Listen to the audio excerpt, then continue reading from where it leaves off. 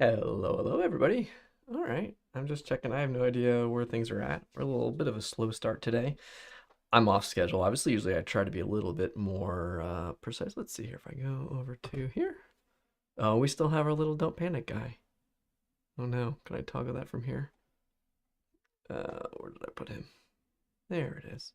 All right, well, we'll turn off that one. I don't think we want that up. But we're good here. Although I did notice I meant to remind people and let them know that I was live, and I didn't do that yet. So give me a second to put out some tweets and toots and all that good stuff, and let people know we're live, and then we'll get it going. Yeah. So if you saw in the announcement, this is a very chill stream.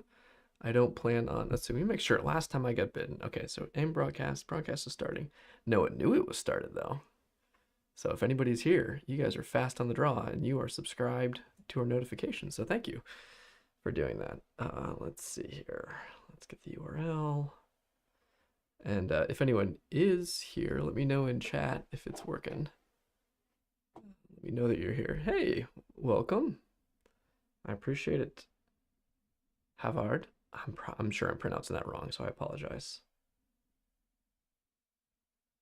I like to try to pronounce things the right way, but that would have to learn. And it's sad because my grandfather was Swedish, so I feel like I should be able to read that if that is actually Scandinavian accent marks. Let me see here. Okay. All right, that's the right link. Cool. So now let me go post that. Let people know we're live. And then we'll get going. Okay. Oh, I love Norway. You know what? I've actually been to Norway several times lately. I don't know if I've mentioned this on stream, but my wife and I went 3 years ago, and then we took our kids the next year too.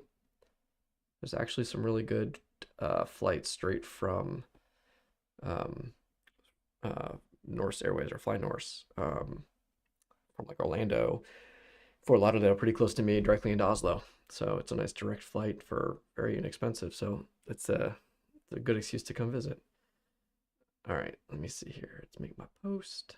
We're gonna post to all the channels.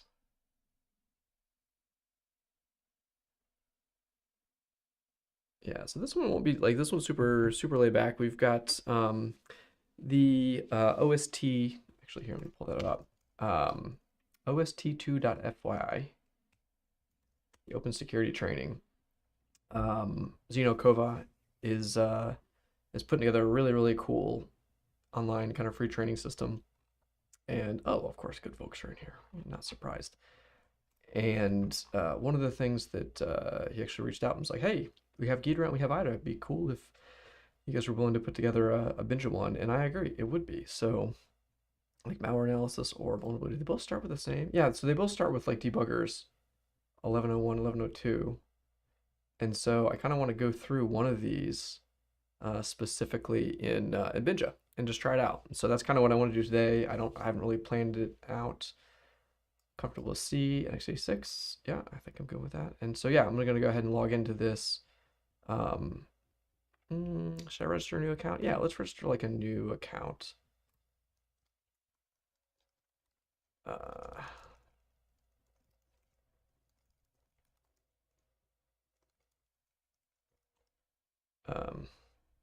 Yeah, that'll be awkward here. Let me look at this. Let me switch over and do a password. I'll be right back.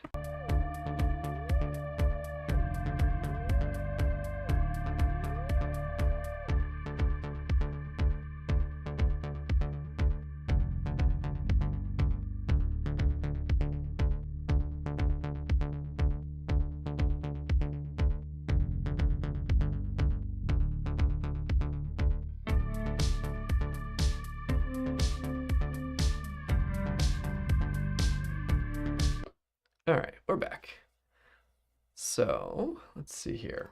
Let's see if that's cool. You don't actually have to verify your email. You can go straight in from here. That's pretty nice. We're gonna skip the tour. Actually, while I'm at it, let's go ahead and update Binja. Latest dev has changed a lot. Also, as always, If anybody is watching and has just other Binja questions that are not related to what I'm doing, by all means, go for it. The chill streams are the ones I most encourage. Outside questions and any other topics. Oh wait, I didn't actually click. I didn't actually send my. Uh, I got distracted. All right, so let's put the note in there and let's post that. Share now. All right, so let's post that. And I think that should automatically post in. Yeah, should post in Slack too. So we'll see. We might be able to grab a few more folks interested in. So we're gonna do the. Actually, I'm curious if the Ghidra one or um, if the oh, I think it did go live because I just saw a reply. So okay, let's see here. No, wrong channel. Go in here. There we go. Now I don't know if that's working.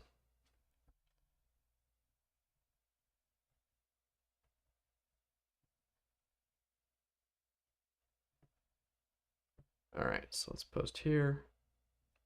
I usually am much more like organized beforehand, but I was just kind of hanging out at the office and lazily getting my way ready today. So I might even run out and grab a drink too at some point. So okay. Oh, I hope this is not. Is this Windows based? They want me to create a test program. I don't really want to get. I don't really want to get Visual Studio up and going into VM. Good, because this will work just fine. Okay, that's fine. So we can just use. Okay, so actually, let's call this is class 110. What was it called? This is debug 1001. Oh, this is okay. So they direct you to the lab setup, which is a part of 1001. And let's do this. I wonder if you have to do this before you can get to the 1101, which was IDA. So this is OST to 1101. Well, I guess this is technically 101. And let me make that bigger. Actually, is this terminal? I usually use iTerm. That's why the settings are off. Sure. That's why is that so slow? All right. Dev OST 101. Fibber.c. Fibber.c. Let's see if it builds. It does. Fibonacci. Okay. So that one's working. And yeah, let's.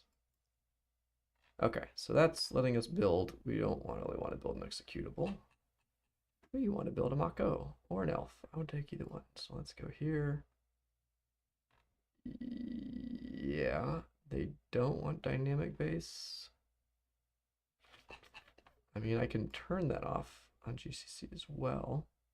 This is, see, this is just setting up the debugger. I want to stepping through code, guided Visual Studio windows, adding a memory window. Okay, I don't really want to do this one. Yes, terminal. Yeah, I noticed the updates are really slow. Let's see.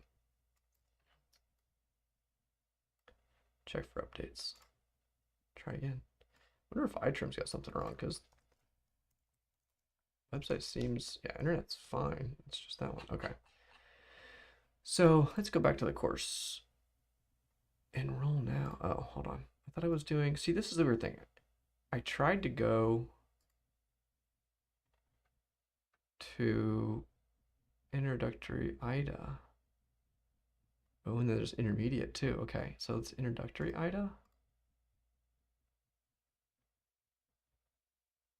1101 introductory IDA. Okay, yeah, we're on the course. I want to click the dialogue. It was like such muscle memory to click that dialogue on startup because it shows up every time you launch X-rays. It's like instantly just click, click, click, click. Okay, we're still on that. All right. General guidance, 3 questions. I am a student. I am 2. I know it, and I have prior IDA experience. I am running, just say IDA free on Mac. Is IDA free not on Mac? Why do they not give you that option? Let's just say home on macOS. That's really weird. That feels like an unintended bug. I'm gonna make a note. We'll send them some notes afterwards and ask them if this is intended. Hey Rico and Valgrind. Oh, and YNK. Excellent, welcome. Sorry I missed y'all. So this is just a kind of a chill stream. I'm going through the OST Open Security training, and we'd like to put together the same thing for Binja for the site. And so I thought I'd try it out, just walk through what they're recommending for IDA and for Ghidra, but I'll do it instead of Binja, just to see how things would adapt, and we can submit a PR to them, because I believe these are all on GitHub too. You can submit stuff directly. So IDA free Mac OS missing. Is there an IDA free Mac OS? There's got to be, right? This tells you the last time I actually got X-rays. When was the last? See, I know you do have to have an account now to download the latest free ones. I think that's still the case, right? So, yeah, you still have to go into their little. That's kind of annoying. I don't want to deal with that on stream.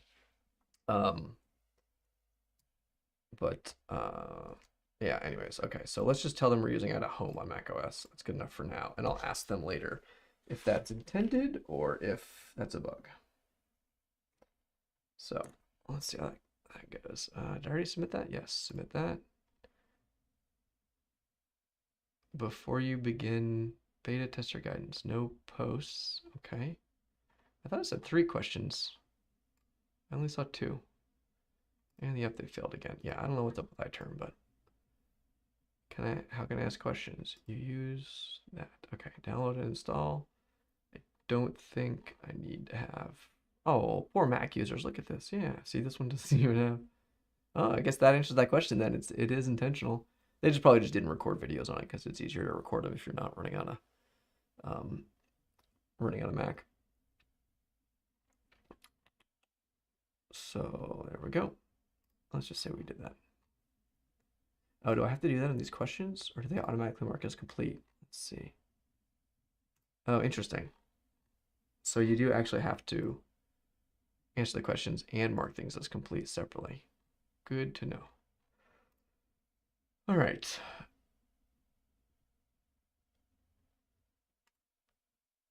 I have an environment set up already. Total time spent? I don't know. Doesn't really matter. Okay, and then it does take us. Okay, so now we're still in directory IDA, but it's going to take us to Fibber. So let's mark Fibber as complete, right? Because we've got our Fibber. We have one. It's a Mako, but that's fine.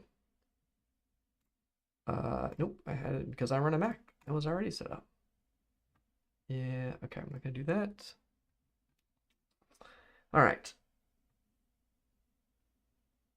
Let me make the font a little bit bigger. This is a little small for y'all. Let me know if that's better. A little bit easier to see. All right.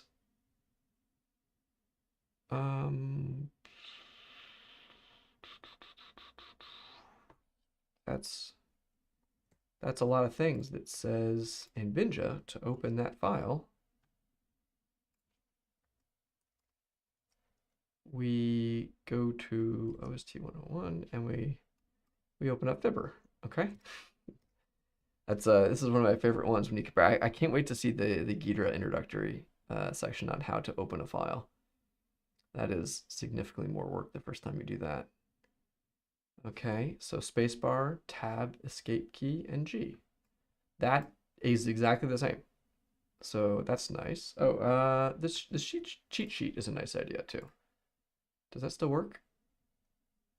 Because I noticed that they moved their documentation all around.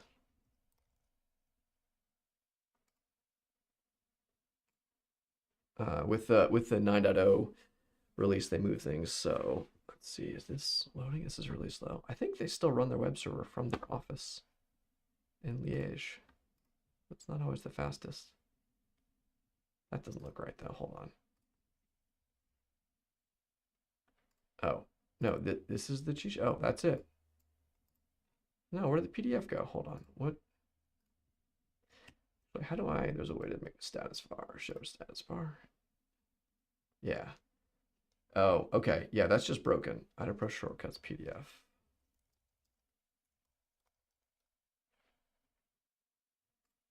There's mirrors of it here. Yeah, this is the old one. That's really old. Um, okay, so we will make a note of that. Might as well make the training better while we're at it. So the Pro hotkeys are missing.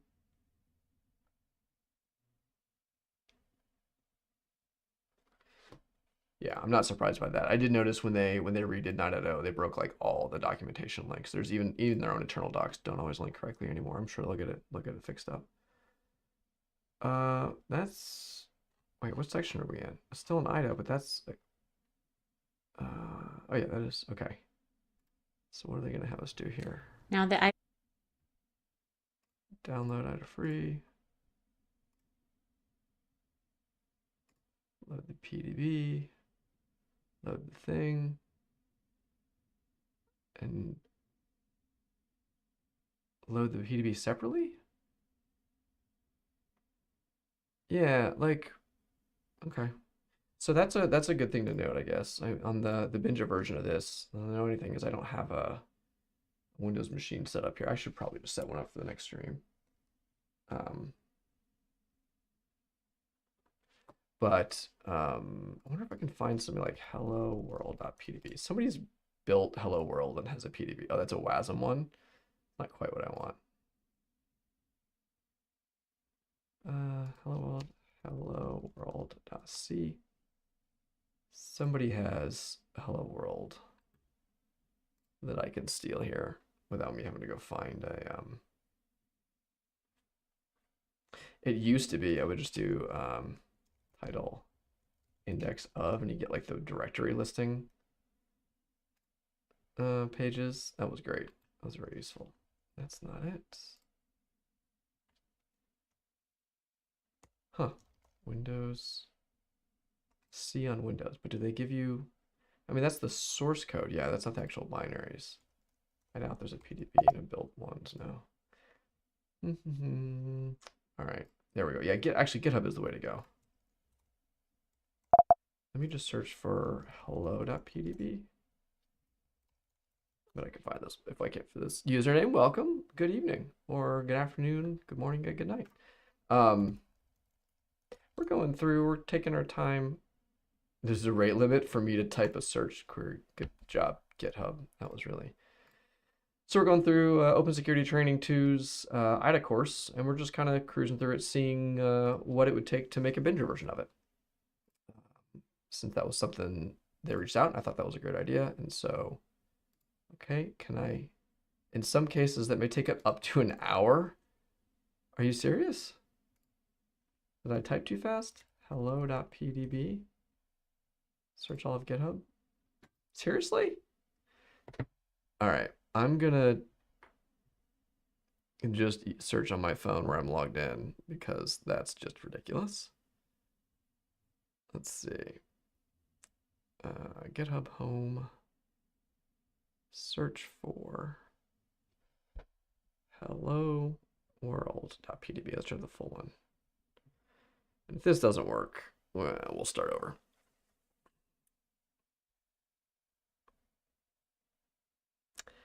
Really? No one at GitHub has committed a hello world.pdb? That seems unlikely.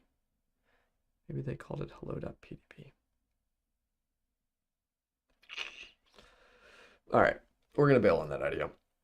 It would have been nice just because I like how clean it is for now, but without setting, it's not worth setting up a Windows build environment on stream. But yeah, it's nice when you've got the PDB because Binja is just like, hey, I see a PDB. Should I load it? And then you load it. All right, so let's go back to where we're going. We've got Fibber. Yep.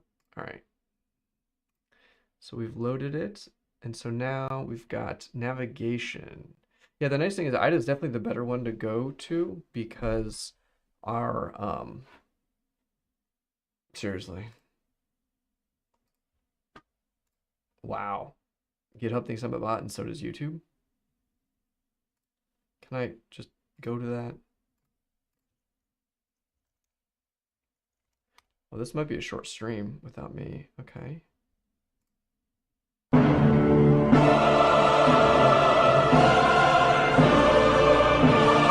And this is what we're going to learn. And so I would understand if you said, this is madness. But this is... Sorry. I just realized y'all were hearing the audio. Thank you, username, exactly. So yeah, so we're trying to help balance this out. Okay, so y'all should have been able to hear that too. It might have been a little loud even. Is Architecture 2000. Yeah, that is way too loud. I think it's much higher than my volume level, so I apologize for blasting y'all's ears out. Let me drop this and see. 2001. All right, so here's the picture to help you visualize it. The RPL field. Okay, I think that's a little bit better. This is madness. Hey, Mike. Hope class went well this evening. I started a little bit late, so you didn't miss a whole lot. We're just kind of chilling right now. So we're going through the classes. I wonder if I can just pull the video directly from here. 110.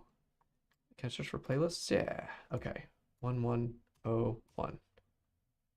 Oh, that's hardware. Oh, that's annoying. That's actually really annoying. They use the same class numbers for debugger 1101 and hardware 1101. That's debugger 3301, 30.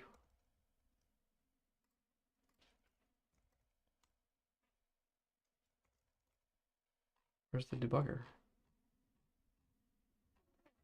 That's kind of weird. Oh, are they just unlisted videos? Is that the problem? The weirdest part is, like, YouTube obviously works fine. I can pull up these videos and play them. Okay, there we go. Okay, so once Ida that's an unlisted one. That's why. has finished analyzing the binary, it will open to the disassembly of the Okay. function. That makes more sense. In GraphView. And I'm actually going to lower the volume even a little bit more so I can kind of talk over make this narrator. output window. Click on a function name, you'll be taken to the disassembly of that function. You can use the back button to go back to your previous function. Disassembly. Another way to navigate functions is using this functions window. Back. So Ida will use the try to functions label. window. I think ironically, let's see here. I'm really curious. I bet most of this is like exactly the same. Included symbols. The user created functions also have meaningful names. But if you don't have symbols or there's a function that Ida doesn't have a name for, it will default to sub underscore and then the address of that function. Okay, so yeah, this one is unlisted, so you have to go directly to window, it, which is interesting. Search for functions or filter using Control F. Okay, so let's try that. In this case, Command F, and we can search and filter. So yeah, that's it. You can definitely tell that like we very much IDA was our default when we built Binary Ninja, given that like all of the default kind of behaviors in terms of like hotkeys and the way the function filtering works and space to toggle between graph and linear view. Those are very much like exactly the same. Like literally this. And then you can type in so far the name of something you're looking this for. This tutorial is basically the exact same. To filter down to function. Only slight differences are, for example, you don't actually have to hit Control F. You can just start typing, and it will automatically filter there. So that's something that I would point out on our version of this video. And then obviously the other big difference is we start with high-level IL in linear view. Like we go straight to decompilation as the default view, as opposed to the default graph disassembly view. With that name. It does. Also, can I? So at this point, we're going to make a couple changes to the UI. We're going to add the instruction addresses to the graph view. Okay. Instruction addresses. It's another one. It's a difference. Like by default, out of the box, we already have instruction addresses in the graph view. You can turn it off though, and it's worth showing that here. Actually, this one's the show address, right? Yeah, there we go. So you can turn it on and off, and you can change these addresses based on what they're based on. I don't even know who added this variant. I added the stuff down here where you could display these addresses differently, but actually I don't even know if I realized that was all there. Somebody, yeah, I totally missed that. That's probably just me being a little slow. Wait, sign into chat. Oh no, am I still? Yeah. Am I still in? Somebody let me know y'all are still there.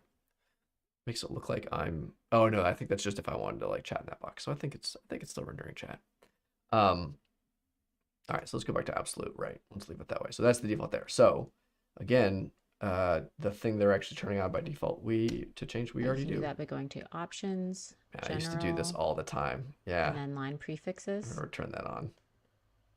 So these instruction addresses can be Oh, helpful if you're awesome. maybe Thank you, everybody. taking Valgrind. notes somewhere else on what you're reversing, Yank, or if you're using a Yink, debugger other than IDA and you need YNK. to Let me know how you prefer. translate, breakpoints that you're interested in that don't have a symbol.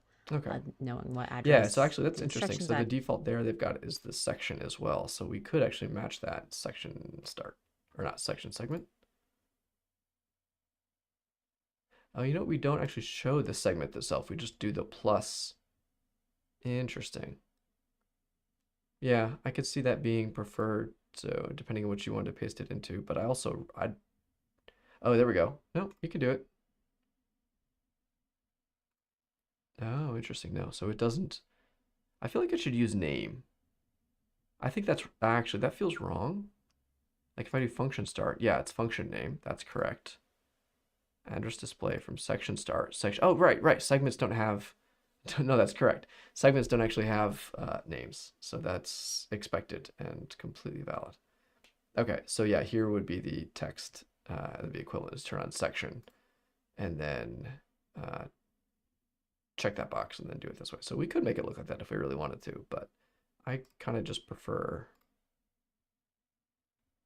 Yeah, there we go. I prefer just the absolute address. Can help. Another change we're going to make is we're going to add another tab up here for strings. So we're going to go to View, Open Subview, Okay. and then come down Yeah, to that's a common strings. one too, right? Turning on the string subview. And again, we don't have to do that. We already have strings available down here. So it's just in this bottom view. So we could add it as a split or as a pane or something. You can actually like split this and then turn on strings view if you really want. But oops, that's the only thing I don't like about when you navigate the strings, it navigates to the first string, which will be like somewhere else than you were previously. So I don't really like that. Y and K. Cool. All right. Thank you. So in this case, I'm gonna put my phone so I can actually see this. What was I?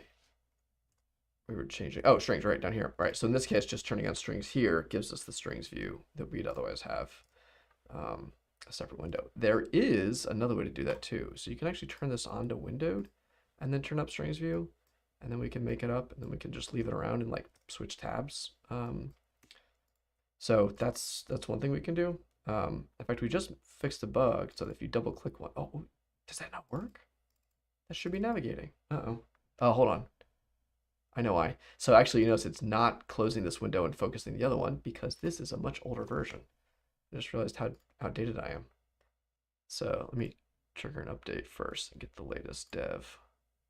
I think I did the feature stream last, so everything was in like different test branches.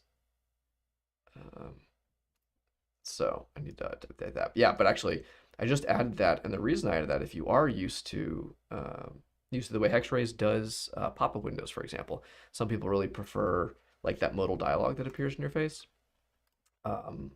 So you could, for example, make the cross references pane right here.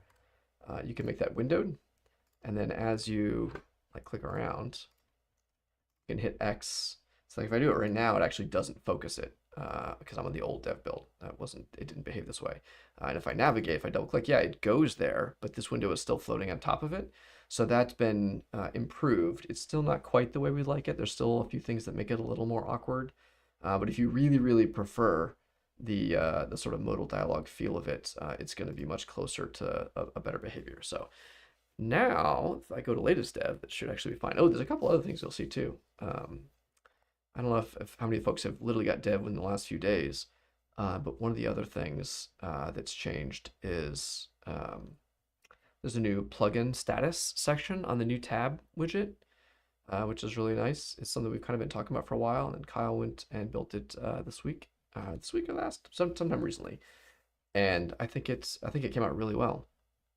It's the downside to having like the world's cheapest ARM1 Mac Mini is that it's not the fastest machine, but it also means if it runs here, it'll run great for everybody at home, really. So that's kind of nice. All right, so now like if I hit Fibonacci hit X, you notice it actually pops that window up, and I double click it, it navigates it back here too, right? So this feels much more like the hex way of doing things. I still prefer the binge away. Like I like it being just docked down there, and just as I click around, it's always there. And if I hit X, it focuses me, and I can up and down and hit enter on it.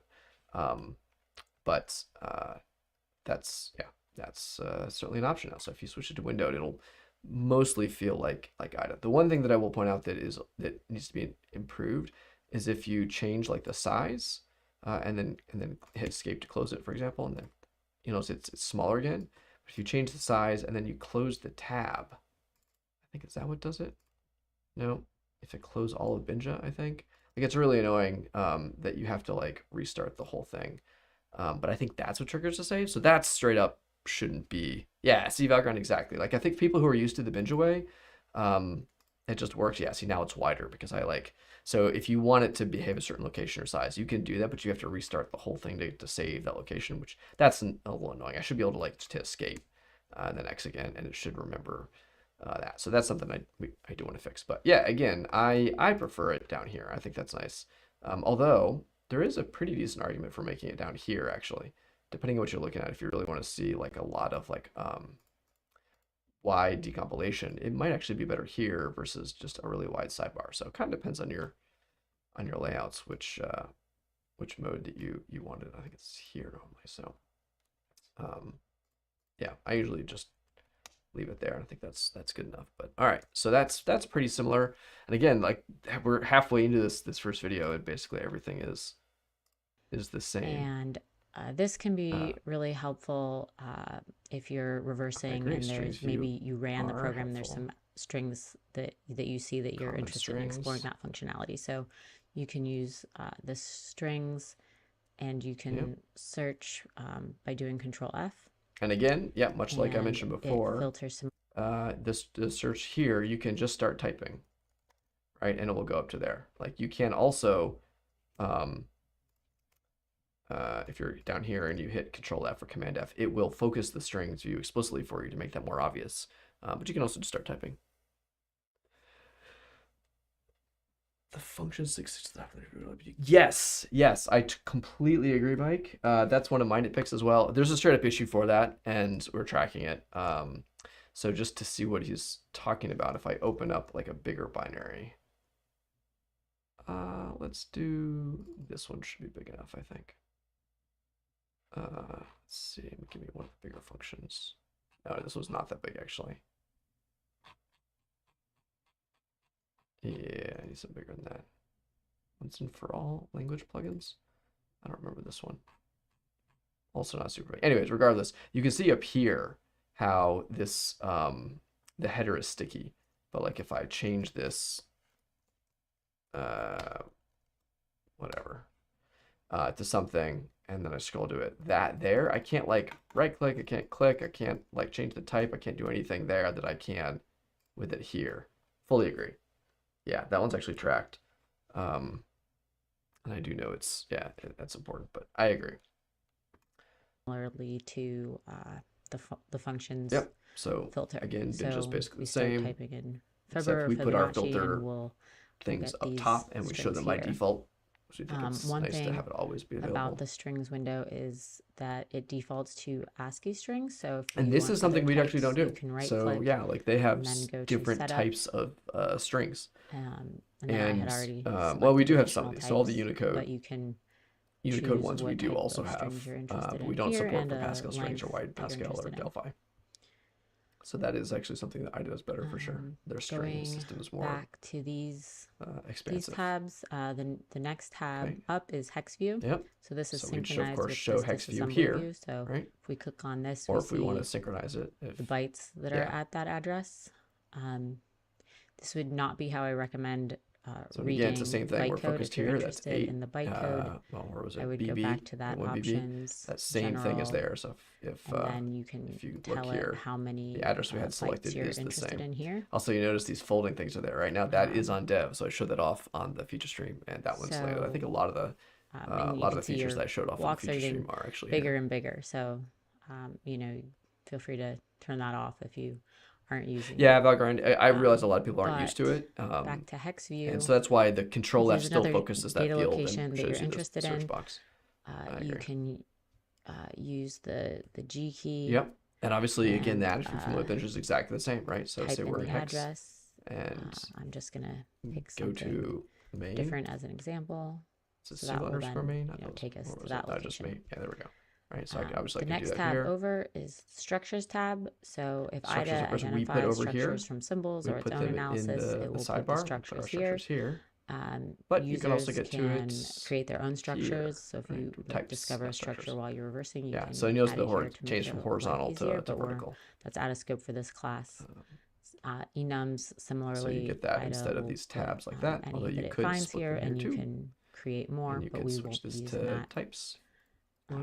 The imports tab can be really Imports are not something that we helpful explicitly if, there's have. certain You actually API can get to functionality that imports you're looking for. from So this is a here, list of so you functions can that see are them imported by the in this binary. list. So Like if you turn off all the local if functions, it's like interacting ta-da, with the there's all operating your system while imports. you're using And certain then you libraries, can like restore networking, the for defaults. example. The other way you can can get to that is via quickly, the triage summary. So navigate to actually, I where prefer the that is triage summary. happening. We have all the imports and all the exports For this here. So and binary, you can since it's an search and filter executable, these there isn't much in too. the So exports, that's kind of just the the main main, function. But if instead you of having had a a separate DLL imports and or exports. a shared library, you would see all here. the And I don't exported think you can functions resize listed those, here. which I think is a And minor then there's nitpick a of string mine. tab that we You can added. do this way. So That's like useful, that but not is the other way. a brief overview of the UI. The last thing to mention is this Oh, colorful interesting bar up background. here. Yeah, that's a good So point. this If is there a are representation of the memory space. specific sections, okay, I guess let's slow down a little bit and we'll get caught up. Yeah, it is something that we should do more consistently, I think, if we're going to do it. That's fair. So yeah, so the next thing up is what we call the feature map. What does she call it? What's the official item name? Binary, since it's an executable, there isn't much in That's the the exports, just exports, the main yep. function. But if you had a DLL or a shared library, you would see all the exported functions listed here. And then there's a string tab that we added. So that is a brief overview of the UI. The last thing to mention is this colorful bar up here. So this is a representation of the memory space. Okay, so I don't know if there is an official name. I'm not sure what it's called there, but we specifically call it the feature map, and you can see if you right click on it, it even tells you that. You can put it on top. Oh, which reminds me, one of the things I think about is, do our docs describe everything? And there is actually a migration guide just for coming from Ghidra. And did we mention feature map? We do. Okay, good, yeah. So the feature map here, right, is on the side by default. We like it on the side, and it's intentional. It's two-dimensional, so you can actually see more. And also, vertical real estate is usually a little more constrained. So most of the time, we prefer to like minimize the amount of vertical real estate that we're consuming. So we actually have had a request though, like if you have one tab open, for example, right, it would be nice if even that could go away, because that's kind of a lot of wasted space there. So it's something we're thinking about. So we could minimize the vertical a little bit, but if you want item mode, you can just throw that up top. So you can put that up there, and then it feels very similar. Although it is still two-dimensional, you'll notice, and so therefore can show like bigger files. Will actually game logic is huge, for example. So let's do that one. There you can see much more clearly that the two-dimensionality of it is like actually more granular, right? So more than just that one-dimensional bar essentially that they've got there. So no, that's not the right hotkey. I want the Command-Shift-A that exists in Chrome. And IDA color codes it based on its analysis. So yeah, one difference is that they specifically have a key there that always shows you what the things are. And again, we just turn that off. Like, I don't know, I just kind of feel like that's obviously code because it's purple and you click it once, you know that's code. And these are structures rather. The green ones are strings, like, which you can just click on it and see it's a bunch of char stars and there's nothing here. Imports I think are here. Are these imports? What are the orange ones? There is actually documentation on it that's, I don't know, maybe we should better put it in like a tooltip, or there's probably some better way to handle that. But I really don't like the always on intentionally fill up vertical real estate again, given how sort of precious vertical real estate is. So let's see. Functions or data. Yeah, exactly. Or, instructions that maybe aren't part of a function, it color codes those for you. Yeah, that's another difference, that we don't have really instructions this at all that are only instructions. I guess we technically do now. You can't mark stuff as code. Of getting a general sense of what the binary looks like from a very, very high level. So that is a thing you can do now, but it doesn't show up here on the feature map differently. Okay, cool. So first video, very straightforward. I think about 80% of the content actually would just work like basically as is. So that's cool. So we've got all ones of that. Okay. Can you start with the debugger? I kind of want to like skim this one. I'm not interested in doing the full thing on the debugger. And I know the debugger the least. It's interesting that they do that one so early. Well, I guess that makes sense, right? Because this is the Debuggers 101 introductory to IDA. So they don't, yeah, it's less about, go back to courses.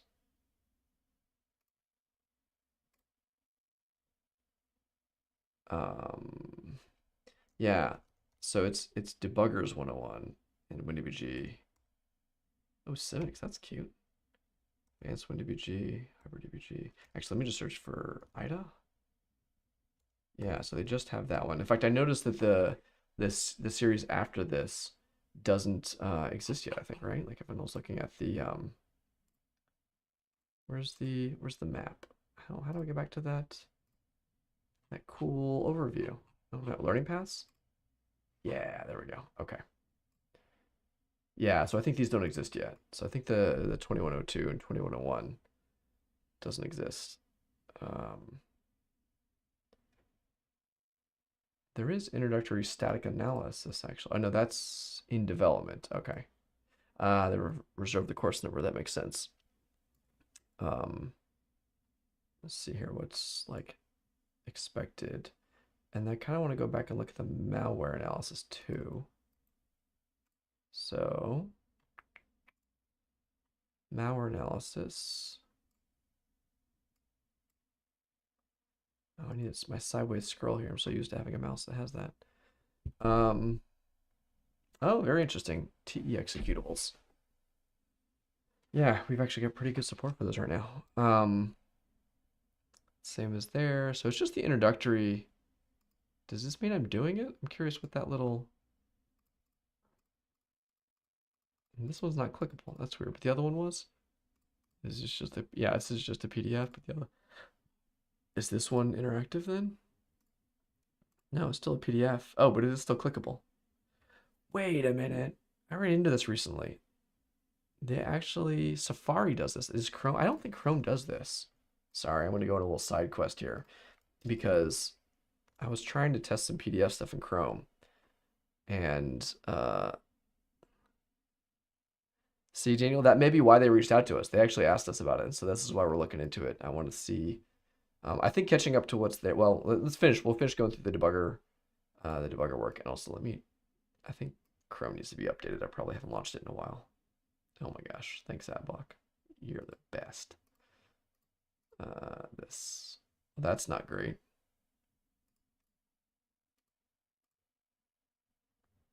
I mean, okay. Let's see if I'm even at it. I don't remember, probably. All right. Can it check for updates? Whatever. I don't worry that old. That's fine. Let's give it a try from here. So if are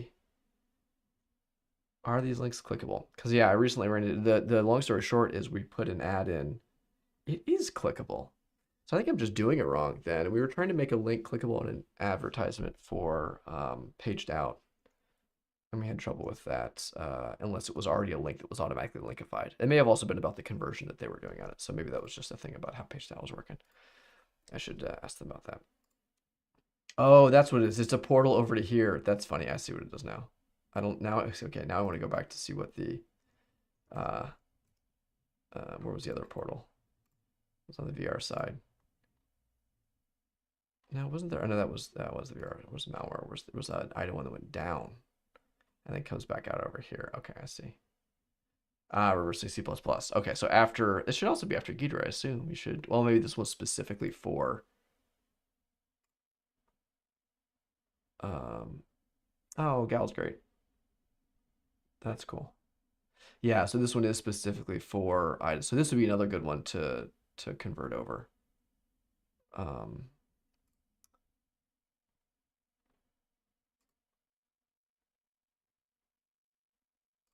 Let's see. Oh, perfect. This is actually cool. Okay, I'm gonna take a little another little side quest because that sounds fun. Let's download the animal. Sure. Do do do. Again, we'll go through our complicated process of click and drag to open the animal. All right, so the animal is some C++. What is the address of the constructor function?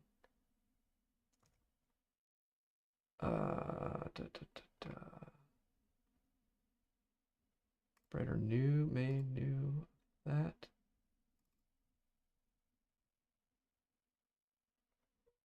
Is this the constructor? Is this the without leading zeros, for example, with the OX? All right, so let's hit Command Shift A, copy the address. Hey, all right. You need to reverse engineer a binary to understand the structure of an object using analysis of its constructor. Your first task is to find the constructor, analyze it to understand the object structure, including its members or names. So this doesn't feel like it needs to be very, yeah, this is not very IDA specific. We'll see how long before we start getting IDA stuff, but what is the size of the object without leading zeros? Where was the size there? And in fact, fun fact on Bidget, just hit S right here and it makes a struct for us. So we can pass that structure into here. The initializer has 6 parameters. So yeah, we can, I don't know if we want to name them yet.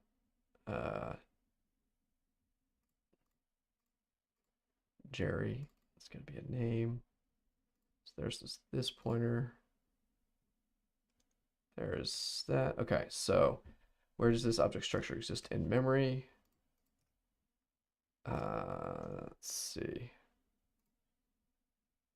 It's just on the, no, it's new, so it's going to be in the heap, right? And then we're going to get the result, the pointer back out. Okay. So the heap, yay. Oh, it does discourage the use of decompilers? Oh, did I skim past that? Okay, I mean, that's totally fine. Yeah, that's fair. Calling conventions use object structure and memory. Yeah, I should probably actually go back and watch the video to do this one. But that's all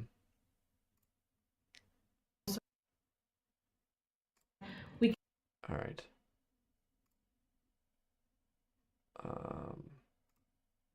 Oh, I guess yeah, you're supposed to watch this first and look at the assembly version of it.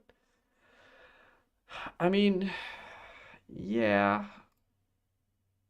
I guess. I don't know. I feel like at this point you should probably just teach it with the decompiler because there's still plenty of work to be done in fixing up the decompiler output and yeah, this would definitely be a little more work, but the nice thing, I mean, the nice thing is having that binary already made makes it a nice test. What else do we have? Agriculture calculation. This looks great. I need to actually remember this. These are nice little test binaries for testing things. No, it makes a ton of sense. Yeah, I can see that would be useful.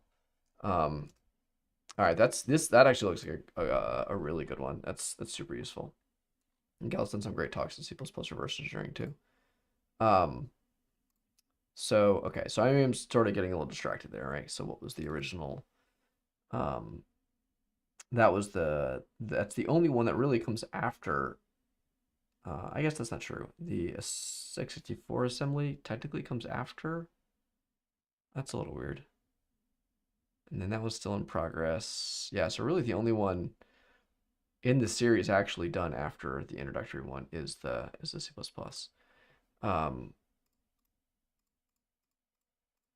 Okay, yeah, I don't know why sometimes like, oh, that one works, but the other one didn't. I don't know. Also, what's the URL? Yeah, it's a weird different format. All right, so let me go back. Oh, I wonder if I click enroll, view the course.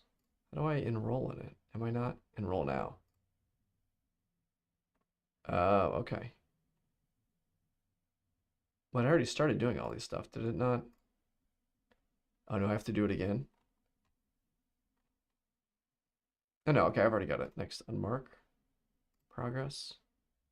It's actually okay. Yeah, I've already got progress from the other things I've done. And okay, there we go. That's cool. So this is the debugger intro. I kind of want to skip. Oh, see, this is all just debugger stuff. Interesting. Okay, so that's the entirety of the course actually.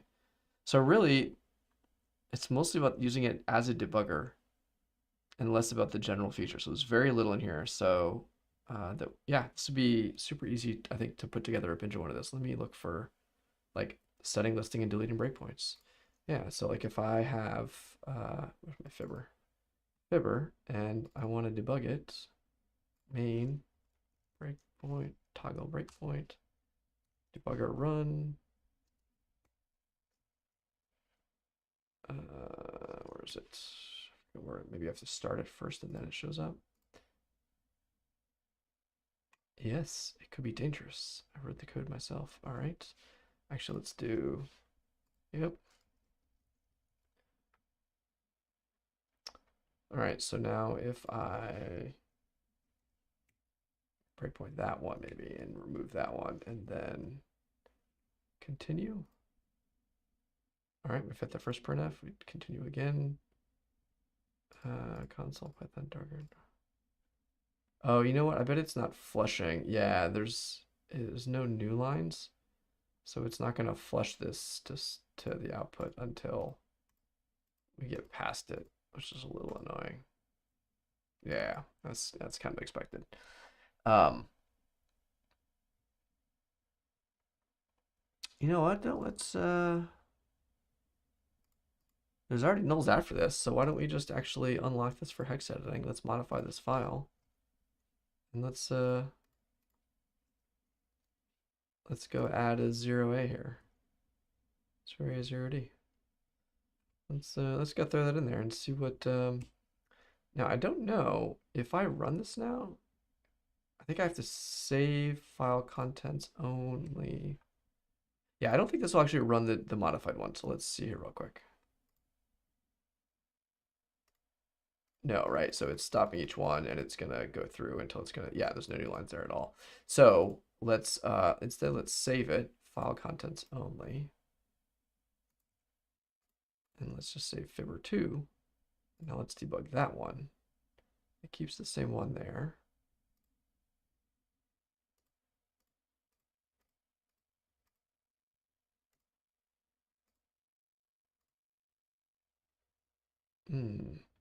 Oh, 0D 0A. Did I do it backwards?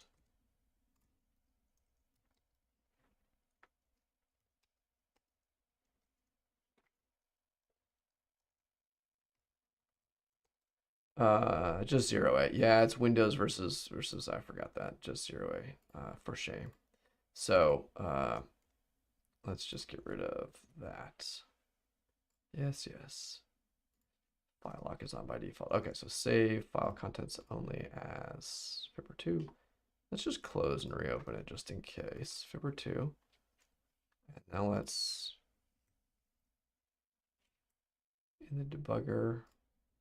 Let's run. Yes. So how was it integrated with HL? Permission denied. Oh no. LED failed to launch target. Permission. Oh, you know what? It's because it's probably not executable.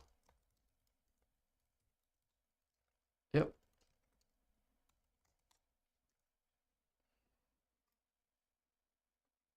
Okay. All right. So now if we run, we're running. Wait, did my breakpoint not fire? So it should integrate fairly well with HLL. Like it's got a couple of nice features. Like it will updated state of things. If you jump into code that didn't exist in the binary, it will decompile it still and create Pinja function objects and stuff like that in the memory view. And it should let me set breakpoints on high level IL stuff. However, it is right. Obviously, there's a loose mapping of like this address here. In this case, right, is going to be, well, which one of these 4 addresses does it actually map with? Well, you can see it's F40, so it's the call itself, but these other ones are associated addresses. And so sometimes you may, to get perfect control, you might want to actually set your breakpoint here. But because it uses the tag system, it shows up. You'll see it both places, which is nice. But I'm still trying to figure out why my breakpoint didn't. I think it's F5 runs it. Is that right? Oh no, F5 switches between sudo C and disassembly. Oh, that's right. It's very IDA-like. What is launch is F6? Ah, okay, I was close. So F6. Actually, I prefer. And again, you notice that sudo rust is there. Okay, so F6 to run it. It should just run. Oh, right, we're in the wrong one. Let's go here. Oh, there we go. So our new lines are working now. There we go. We were just in the wrong view before. So trigger breakpoint, F6 to run. Let's clear the log. And now F6. Oh no, I don't want F6 to run. I want launch. Launch. Oh no, that's weird. Why is it not breaking? For some reason, it wasn't breaking. Hold on, what did I do wrong? Number 2. Let's breakpoint here. Let's breakpoint here. And then let's F6. Yes, I want to do that. The addresses should be the same. It shouldn't be a matter of, let's go back to our debugger view. No, why is it not? Oh yeah, so here's our breakpoints. They look right. Text plus. Oh, so it's main plus whatever. So we can do function offset main plus 30. So yeah, main plus 30 hex is decimal, main plus 48. Yeah, I don't know what I'm actually doing wrong right there, bro. Yeah, it's like it's running immediately quitting. Whereas before it wasn't. I don't know if it's because if I open up Fibber again, does that one run?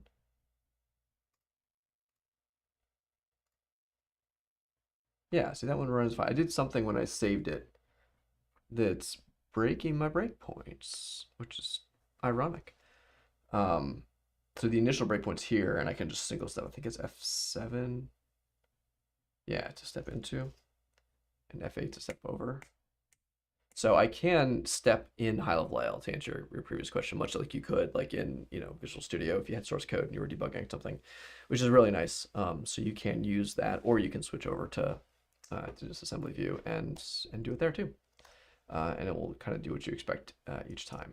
I do know. Let me see here. Is it just debugger? I think it is. Yeah.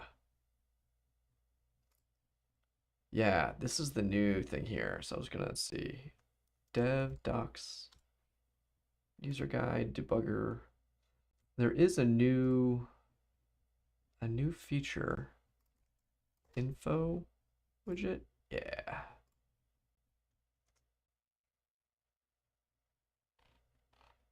Uh-oh. I think those images are busted. Why do they not? Oh, it's just slow? No. I think they're supposed to be. Let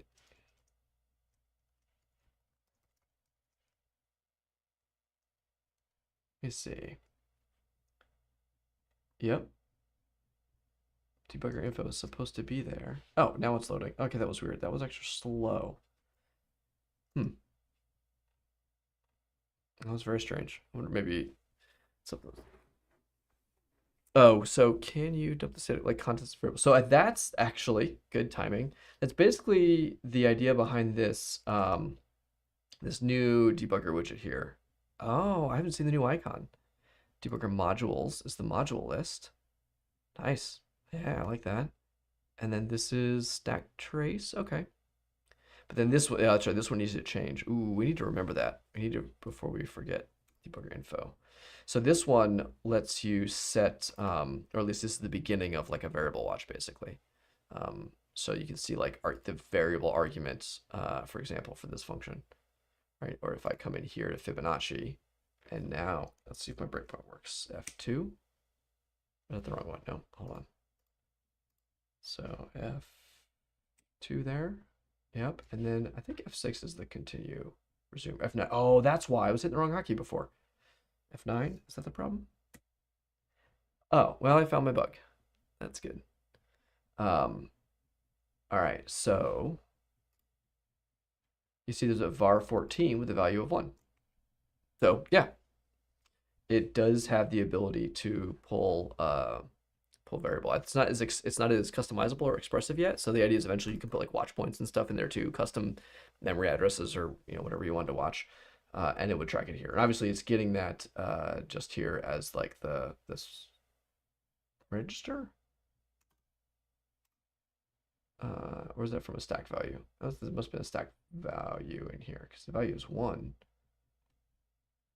I don't see that in any of the. I forget the. Also, I still love that when you split, it defaults to the next thing.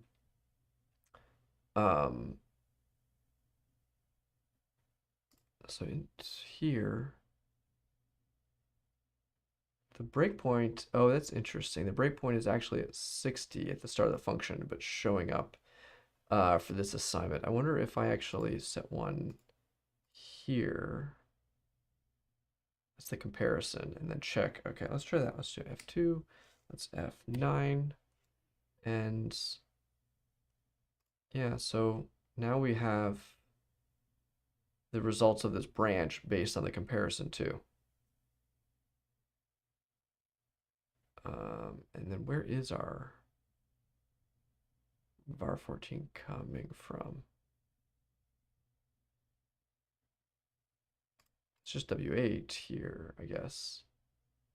No, because W8 is 0. Loads it from there. So you said W8 high. Yeah, I clearly don't know ARM at all. I think that's the real thing that we're learning here. I'm not sure where this variable is actually stored. But, oh wait, no, it's 0 now. Okay, hold on. Arg1 is 0, so...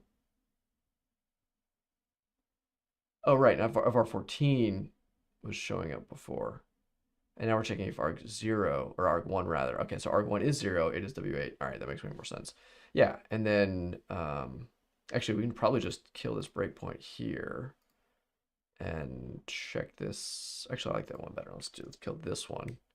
And then like it's F9 again to this one again. W8 and 1. Oh, because we're just assembly, but over here, W8 is now 0. F again. W8 is now 1. Oh, that's still a little, it's doing just the conditional. So yeah, let's do this one again. But we are increasing.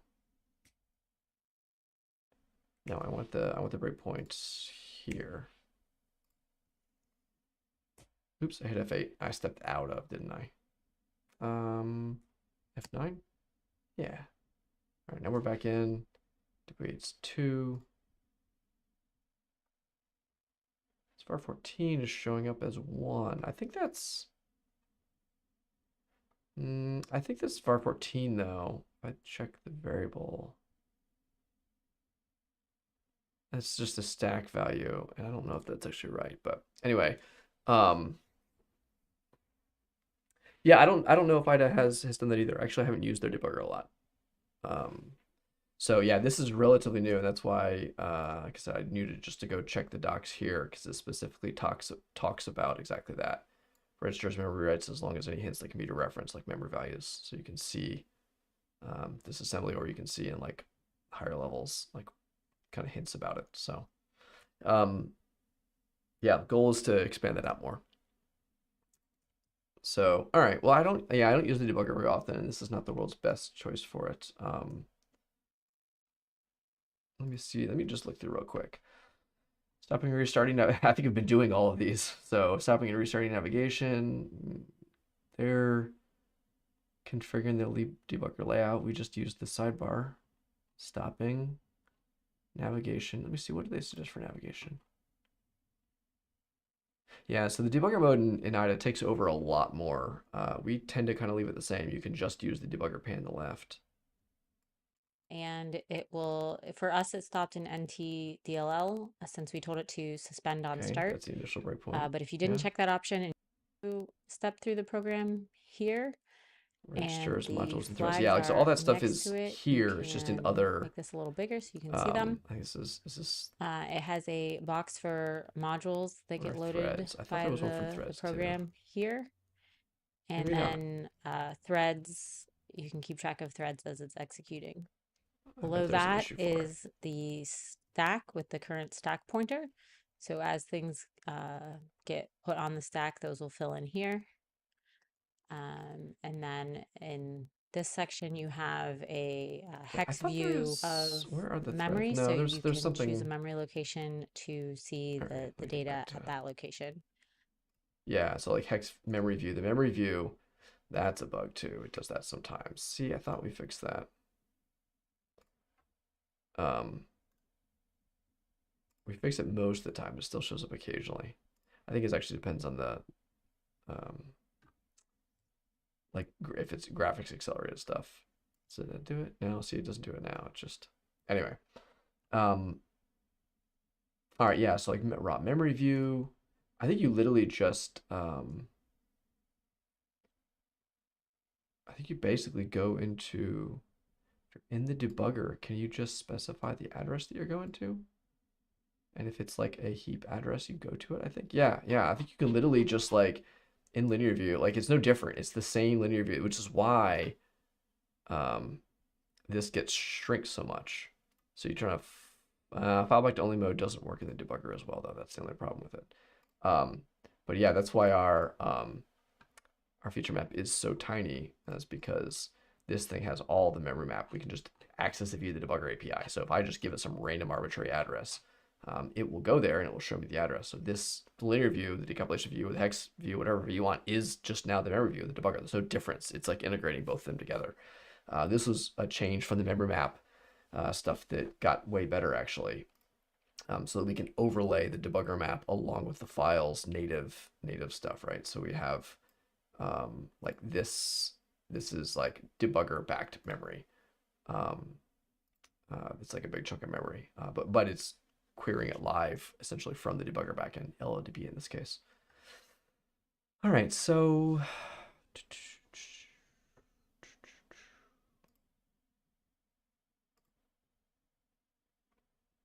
curious. Oh, is it referencing that string? I know this is Fibber 1, so it doesn't have the new line. Oh, so which one is the 0? Oh, does it just load a constant and write it? I don't see. Yeah, so stir 8 gets this far 30, but where does it ever? Is it terminating it itself? Oh, here's a good example of one. I have no idea what this means. Let's look at it in a little while. STURWZR. It looks like it's just zeroing out that stack variable. Yeah. Interesting. That's where I really like seeing low level IL to like learn what instructions do if you don't know off the top of your head. So yeah, 0, 0, 14, which is what's telling us here. Writing new line. It didn't actually like do it though. I'm curious. I didn't see a new line at all in here, was there? Okay, no, that's right. That was a count.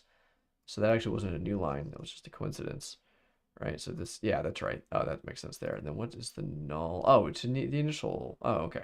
That's just literally those two values. Okay. Yeah, I thought that was like null terminator and putting new line, and that's completely unrelated. So this is really actually show me as that, right? And that's just a copy of it.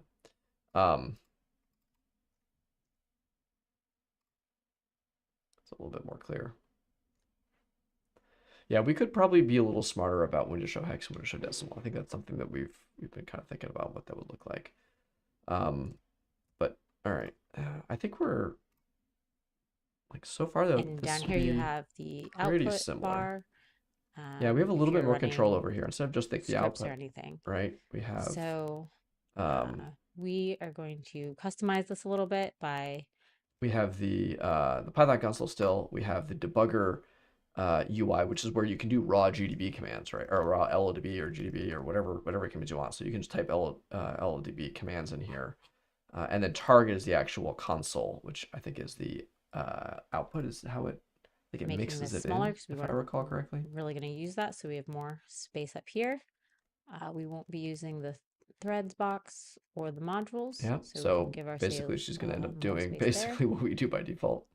She does have stack view And on by then default, a little differently. there are two windows that I like to add, so you can go to What View, does she Open add? Subview.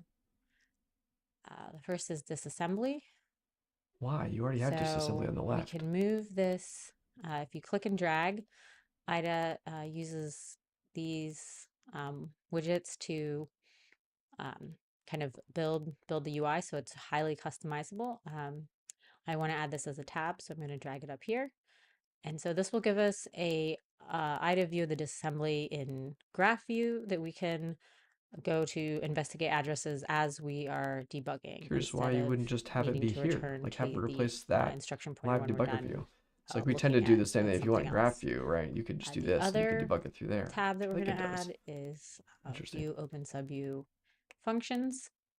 Okay, I mean, yeah, obviously we've got that still kind of on by default too. To a tab, and then we have to this put will make some it of the easy debugger stuff over in the for same us area. Although we could do add breakpoints on function names. we could do the if we debugger over want as here we're if we debugging. wanted.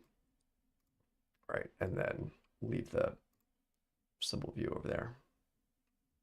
Oh yeah, I've got memory map on as well.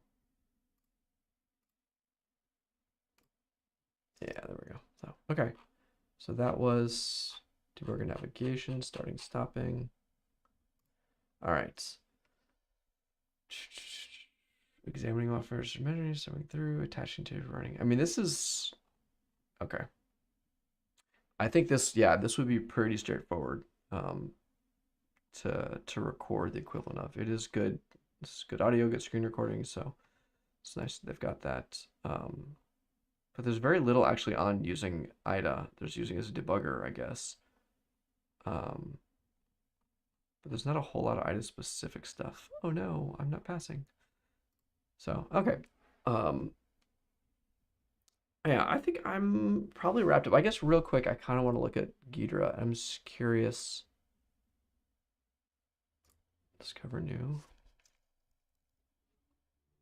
Introductory Ghidra. Let's view it. Let's enroll in this. Ironically, I think it'll actually be much more different. Download, install. Oh, goodness. Yes. All right. Yeah, I'm really curious their data. I would love to ask them what they get for. I wonder if that's public at all anywhere. How long it takes them on average to have the user download, install, configure. And like on Mac OS, you gotta like approve all the binaries because they're unsigned and they won't run the decompiler and they won't run the demanglers. Okay, compiling that. Okay, so this one has different binaries. It's interesting they didn't just recreate and use the same binaries. So creating text usual. Okay, yep. And then also data I'm curious about, since I feel like again the Binjo equivalent is ta-da, that's the process of making a new project. And actually let me cancel that. Oh yeah, go ahead and kill it. Okay, so here's the first. Yeah, triggering analysis, doing all that stuff. Risk. Oh, that's random. Why did they throw in a RISC-V Linux binary? Where's the binary? So they have you build Flapper or Fibber bin rather, but then did you have it? Ooh, did they cross compile that? Hold on, let's see here.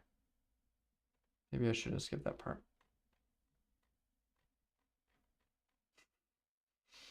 Oh, the clicks. Okay. Hold on. Let's go back to. Yeah, where did they do RISC-V cross compilation?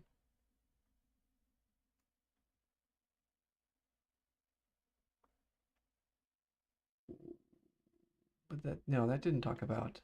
Oh, if you're taking this class in an RV64 environment, add a suffix to your output binaries. Do they have a version of the course? Interesting. That's taught on RISC-V. I mean, that's fine. Binjo will decompile it. I don't have a cross compilation spot set up, and you're certainly not doing that in Windows. Yeah. Okay.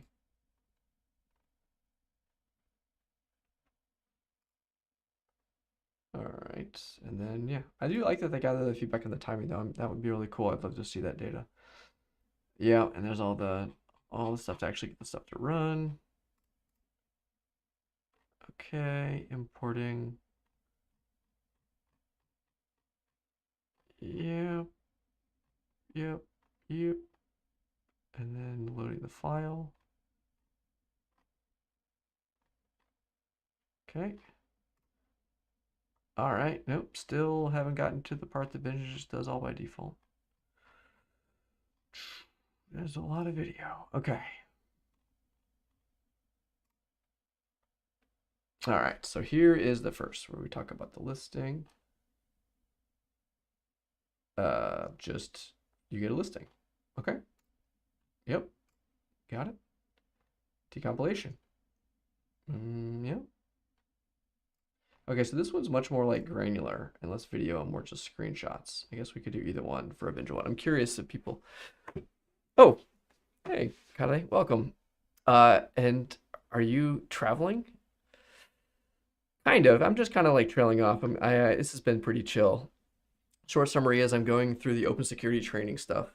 Zeno Kova actually reached out and was like, hey, would you guys be interested in doing a Binja series? And I was wondering how much work it would be to do it. So I'm going through both the IDA and the Ghidra ones. And IDA was almost entirely about the debugger interface, actually, and which makes sense because it's kind of in the like, where is it? It's really in the debugger learning paths, basically. So the only things they have the C++ one, which is actually much more advanced and good, it looks like. Where was it? That's somewhere in here. But the there we go. The actual like using IDA is really just a debugger tutorial. So it's about using IDA as a debugger or using Ghidra as a debugger. And then I think later on they're working on these. This was much more about static analysis. And so I assume this is both either Ghidra or IDA. And it would be nice if we could do a Binja one here, and then also when they implement this to do a Binja one as well. So vulnerability discovery. But yeah, anyway, so we went through all of the IDA class, and now I'm going through the Ghidra class. And we just made it through the fun part where we have a project in a file, I think. Yeah, I think so. For like the focus, again, it's focused on the debuggers. It's like this is how to run and debug it. And there's not really like this is how you do reverse engineering, I don't think, except for I will say the C++ one looked pretty good. Like that one I haven't gone through. Because that one probably required me just to sit and watch the videos for a lot more, and I have to pay a lot more attention to that than I would with just some of the other ones, which are a little more surface level. So that one I think looks pretty good. The rest of it, like again, so far it's really just like either generic stuff like the disassembly, or the assembly rather for the different architectures. But both the IDA and Ghidra look pretty straightforward. Oh, okay, so it's Christina's voice that we're hearing. Very nice. In the IDA ones, right? Yeah. So yeah, I think it would be pretty straightforward. It actually spends a lot more time using the debugger interface. So I played around with a little bit in Binja, just using the debugger to do some of the basic things like separate points. And I actually don't use the debugger very often myself. So I had to like make sure I knew how to do it, but it was pretty straightforward. Sorry, I'm catching up, Daniel. I just noticed you had a couple of things. Yeah, I think we got that with the.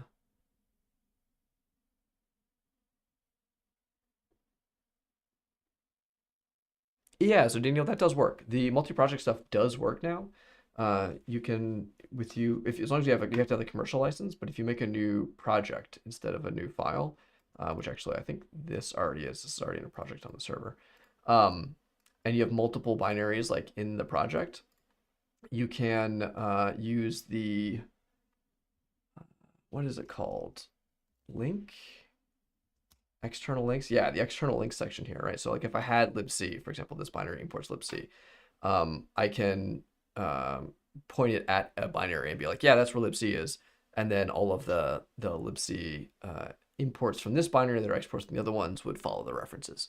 So you can do that now in Binja. It's maybe, I don't know, I haven't used it enough in Ghidra to know. Like I don't know how automatic it is. Maybe we are working on making it a little bit more automatic. Oh, empty apartment. That's kind of bittersweet, actually. Like empty apartments, like after a conference when like things are empty and it's kind of quiet. Um, yeah, exactly. So I think the binge stuff is or the debugging stuff is pretty good. So yeah, the TTD stuff is a lot of people are starting to use the debugger a lot more, and I think Shushung's done a really good job fleshing out the features. One thing we were just looking at, in fact, Kale, was the debugger's debug info window. This one down here, where like as you select an instruction, if you're debugging, it will literally have like variables and the contents of the variables or registers or stack, whatever it is, like of whatever instruction you're currently on if you got selected. So that's kind of a new feature that it's just come out in the debugger on dev now and will be in stable here pretty soon. So yeah, now we're just kind of like breezing through the item one had more audio tours and clicking around and going through things, but it didn't really cover a whole lot. I guess it did cover all the main tabs. It was like strings, kind of the usual stuff, the little scrub bar, the symbol list. It added a hex. I think they added a hex view on the thing, a couple basic stuff, and then next to they mostly went with the debugger. The funny thing is the IDA stuff, like 90% of it was the same, right? Like space to toggle graph and linear, G to go, the back forward arrow buttons. So like a lot of that stuff, you can tell we were more IDA leaning in terms of our background when we made Binja than we were Ghidra. So yeah, symbol tree is a little bit more. We have a little bit more of that now that we have like folders and stuff, but the default feel is not like that. So you can make stuff a little bit more like folders. I don't mind that. I actually kind of like the imports and exports being tucked away in a separate folder by default. It's something I wouldn't mind if we did. And we really do have the type viewer, which is very equivalent, I think, now to their data type manager. So this one's interesting, being less video focused and more screenshot focused. Yep, functions by name. Yep. Program trees window. What's the difference between program tree and the function symbol tree? Oh, yeah, I mean, I guess because you get the segments and sections. Okay, so I guess that's our memory map. Yeah, I've never really spent enough time in Ghidra to really know what a lot of these things are. Oh, this is interesting. I think this is just Safari doing its Safari thing where it's trying to like make stuff linkable. No, it's not. That's the image itself being clickable, but in a really weird way. Why is it? Yeah, I don't know what's up with that. Is that? Yeah, I don't know why it's selecting texture. I wonder if there's something over top of this image or on the. Anyway, not a big deal. All right. We assume you have a knowledge of binary formats. Therefore, we'll not be using it, and you can close it. Okay. Life of binaries has OST audio video. It has OST1 audio video quality. That's funny. Actually, I haven't seen anything from OST1. Let's watch that real quick. Where was it? Oh, there it was. Okay. Oh no. Yeah, okay. Let's do a quick. I just want to hear the audio more. She came to our clinic after realizing she was pregnant. All right. Is that going to keep playing if I go back over here? Let's see. I really don't like being logged into my actual account that skips the ads, but yeah, it's gonna keep pausing, isn't it? Unless I wonder if I do this. All right, and now will this keep playing? Let's do that. All right, that's still going. It's not totally opaque. I do like that. Okay, the data type manager. And they're not using data types. Okay, so we can do that. 2 ads, great. Scripting console scripting window. They're gonna close that. View will look like the following. Cool. All right. Yep. We're good. Strings window. So we're gonna add strings. pop that up there. The filter field, very similar. Yeah, I think you can tell they kind of followed the template of the item one because that's basically what they do too. Okay, so let's see here. Curious here how the audio is here. What is OST? File format. Oh yeah. Portable executable derived from that, basically. And so you'll kind of see that the first couple headers. Yeah. Okay. That's fine. All right. So function graph window. Oh, why? No, no, please, no. Don't teach people to do this. No. Ghidra has perfectly fine linear view. The graph view is an abomination. Why? Why even show people that? Yeah, don't do that. Okay. This, yeah, I don't like this one nearly as much as the IDA one. Like, they're talking about a lot of things that I don't think you want to encourage people to do.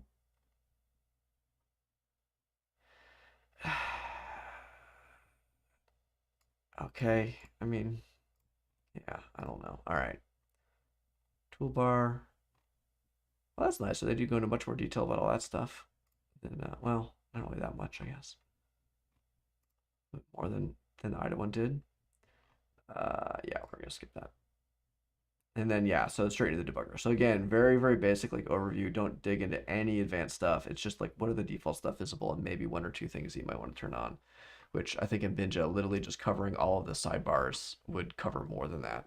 And maybe you don't even cover them all. Like you probably don't cover, I don't even know if you cover the stack view or the variable view or things like that. And then straight into the debugger. So, okay. I think that answers my question. That was good, so. Yeah, I agree, exactly. The CFGs are useful, but I wouldn't tell people to turn it on in Ghidra. Like I wouldn't do that. Oh, let me get caught up. Sorry, I'm a little behind. Yeah, Linux to Windows specifically, I saw that came up. And I believe that's documented in the debugger docs. And it talks about remote debugging. Where is it? There's like a little chart somewhere in the docs here. Why are the docs so slow? This is like on S3. That's weird. Anyway, so here, so if the target is Windows and you're running on Linux, no, right? It's planned, but does not exist. You can always double check too if you go to dev dash in the docs, and that'll be the dev build version, which I don't think has changed. Yeah, those haven't changed in the last stable release. So that's the way you can check that. But thank you, Ninja, for already answering that. So yeah, you can do some. Oh, you can do. There is some remote debugging, like via QEMU or something, I think. Maybe that's what's talked about here. I don't remember. I do know that there was. In fact, I think actually, yeah, this is an example where I believe. Let's actually do this side by side with the. This one out. Let's pull this. I want to leave that. All right, so I think some of this may have been changed. I saw he was, or maybe he was just making a note internally. I know Shushin was going to work on specifically adding some better docs here. Launching the remote, is that? No, it's the same one. Okay, yeah.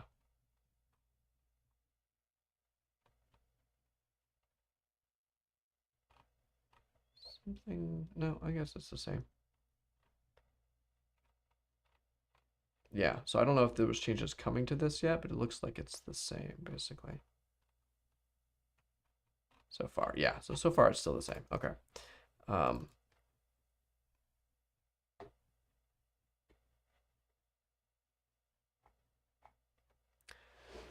Yeah, I agree. All right, so okay, that's there. We have, yeah, I think we're not gonna do the debugger. Oh, so that's interesting. This one does go into the video then.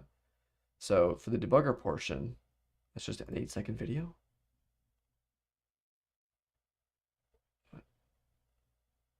Oh, I don't even think I knew that. You have to, oh, that's weird. You have to not open it in the regular, that should be like an animated GIF. That's 7-second video, strange. You drag it onto the debugger. I don't even think I knew that. Okay. Today I learned. Yeah, all the debugging interface is free. That's nice. Okay, I'm not gonna mess with all the debugger stuff in Ghidra. I think that's enough for today. We were talking about it, Daniel. I forget the state of it. You have to ask in the debugger channel in Slack. Shushang, I know, has looked at it and tried it. But I forget I want to say there was a reason he hadn't done it yet, and I don't remember what it was.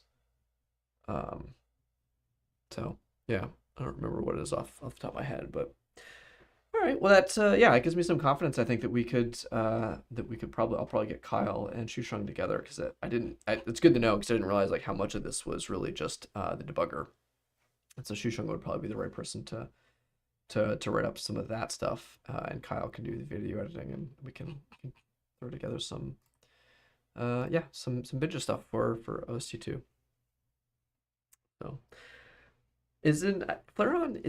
what's the status of it, right? Because it's open. Is it done yet? I haven't been following it closely. Oh, that's good. I love the effect. Okay, 7 days left. All right, well there you go. Good luck to those. You know what? Let me go check. I'm curious. Where is Shushang?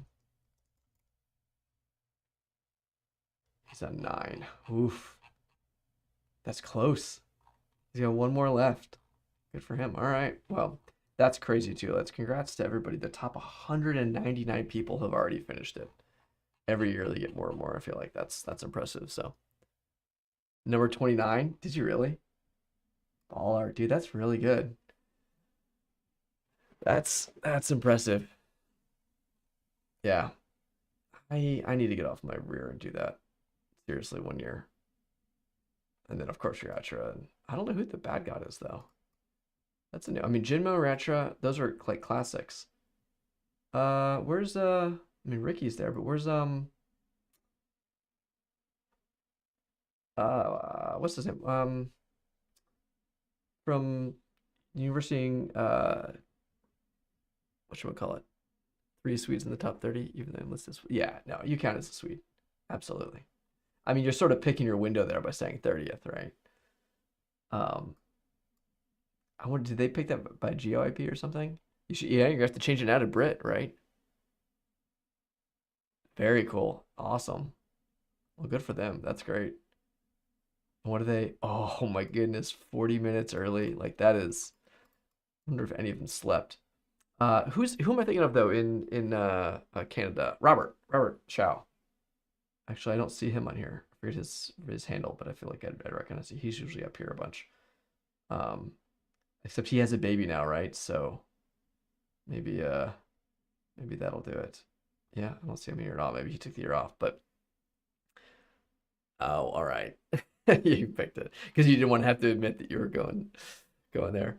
Cool. All right. Well, thanks everybody for hanging out. Appreciate those that chilled, and I at least hopefully advertised correctly. This wasn't going to be a crazy like super hardcore stream, but we got to chill out. Hopefully people saw something that they didn't know before about Binja, and if not, thank you for hanging regardless. We'll see everybody. Yeah, I was kind of tired. I almost did stream. I was like, no, I got to get back in the habit. It's been too long. So hopefully we'll be a little more regular. We'll get some good stuff lined up. But yeah, again, congrats to everybody on Flare On, and everybody else. We'll see. I don't know if it's 2 weeks or whatever the next time is, but we're gonna try to pick it back up again. So travel safe, Kali, and everybody else. Take care. Bye.